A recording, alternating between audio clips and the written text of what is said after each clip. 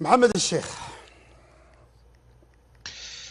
استمعنا لتصريح السيد رينارد في المؤتمر الصحفي لما يقول لا زلنا في البطولة وأمامنا المركز الثالث.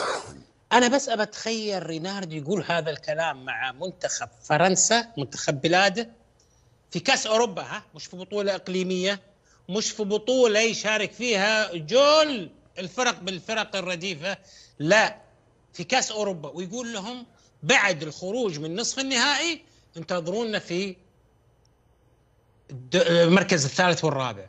والله هذا ما يطلع من بيت فرنسا، وإذا طلع يواجه الجمهور ما يخليه يعدي.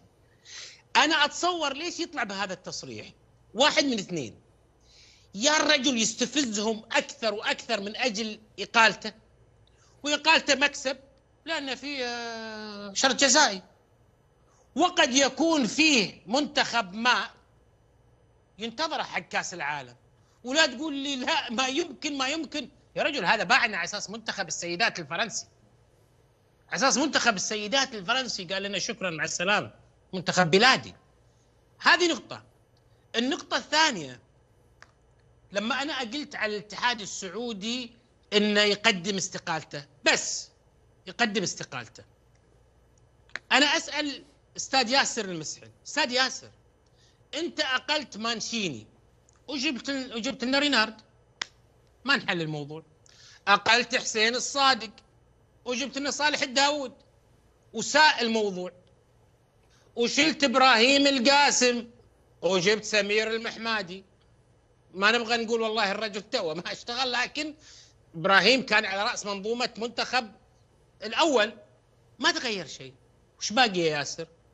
باقي أنت، اسمح لي، باقي أنت ياسر. كل ما يمكن يا أبو سلمان أن يعطى للمنتخب الأول أعطي. مليار ريال ميزانية اتحاد القدم، أكاديميات، مهد، ابتعاث دوري من أقوى الدوريات، ما في كل ما خبراء رياضيين أجانب من كل مكان، رابطة بكل مواردها البشرية والفنية والمالية والنتيجة إيش؟ لا تقول لي والله إحنا في منتخب الناشئين عبرنا رحنا هنا.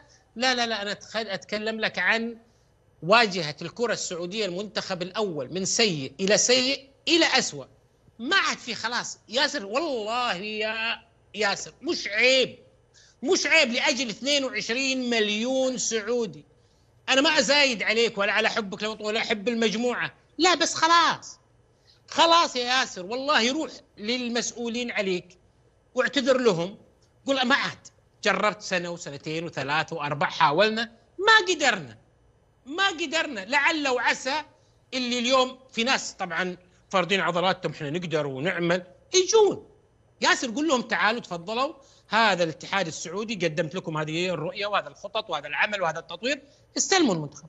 شكرا ياسر، شكرا لأعضاء الاتحاد السعودي لكرة القدم، قدموا استقالتكم.